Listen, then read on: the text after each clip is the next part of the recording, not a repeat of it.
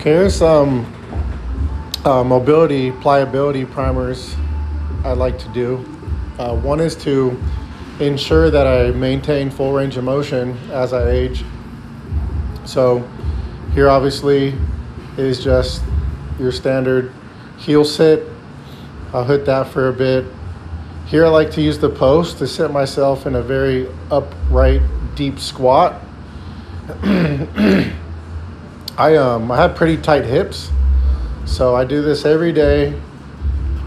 And also, like what I like to do here, I like to use the post because it allows me to get in the best upright position. And then oftentimes what I'll do is I'll start to floss back and forth. So I'll move one knee over my toe, I'll move the other knee over my toe. Really what I'm thinking here is just to have movement, the ability to maintain full range of motion, not only in my joints, but my connective tissue, my muscle, so on and so forth. And also just kind of stretch out my hips and get ready for whatever I'm going to do. But really, I see this as part of my training, because really what I'm doing here is I'm just training my body to stay functional as I age, because mobility will be one of the first things to go if we're not constantly putting ourselves in these positions. So if I'm here for 30 seconds, a minute, I try to hold a minute in the squat, a minute and a half. If you do that 6 days a week, that's 6 minutes. Over the course of the month, that's 24 minutes just in that position. Another stretch I like to do for my hips and then also my ankle. And essentially what I'll do is I'll sit here for 30 seconds or so, 40 seconds to a minute, just depends how I'm feeling.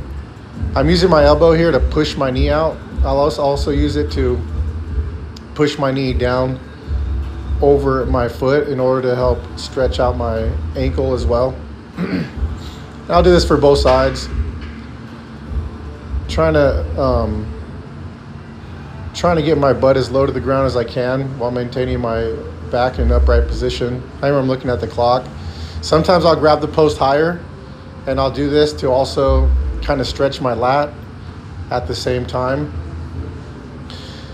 This is one thing that's often overlooked when people train is their pliability, their mobility, their flexibility. And as I've gotten older, I've realized that this is one of the most important things, not only to stay functional, but also to avoid any type of injuries, etc. Here I'll put my feet together, kind of bounce up and down, shifting my knees in and out. Again, just kind of warming everything up, keeping everything in motion. After that, I'll hit some bootstrappers. I really like these. They allow me to stretch out, also get my hamstrings, which is very important, for the low back. Oftentimes, low back pain and low back injury or low back tightness is due to tight hamstrings. So really, I do what I can to maintain the pliability in that position. I really like these. I'll do maybe 8 to 10 of these or so. After that, some Kang squats. I really like these as well, as it allows me to load up these positions with a little bit of weight. So I'm pushing my knee, I'm pushing my hips back as far as I can, slight knee bend, focusing trying to keep my chest up. So not only is this giving me an opportunity to get in that deep squat position, it's also warming up my back, because you have to engage the abs to hold this position.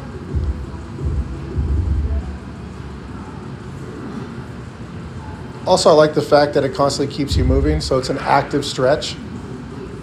So I'll do about 8 or 10 of these. On the 10th one, I'll stay at the bottom. And what I'll do is I'll kind of shift the bar back and forth. This gives me a nice warm up. I'm just pausing here to get some more activation going. So by shifting back and forth, not only am I getting more stretch, but I'm also starting to warm up my low back as well. Because oftentimes we don't do a lot of lateral work. So I like to do lateral work in my primer.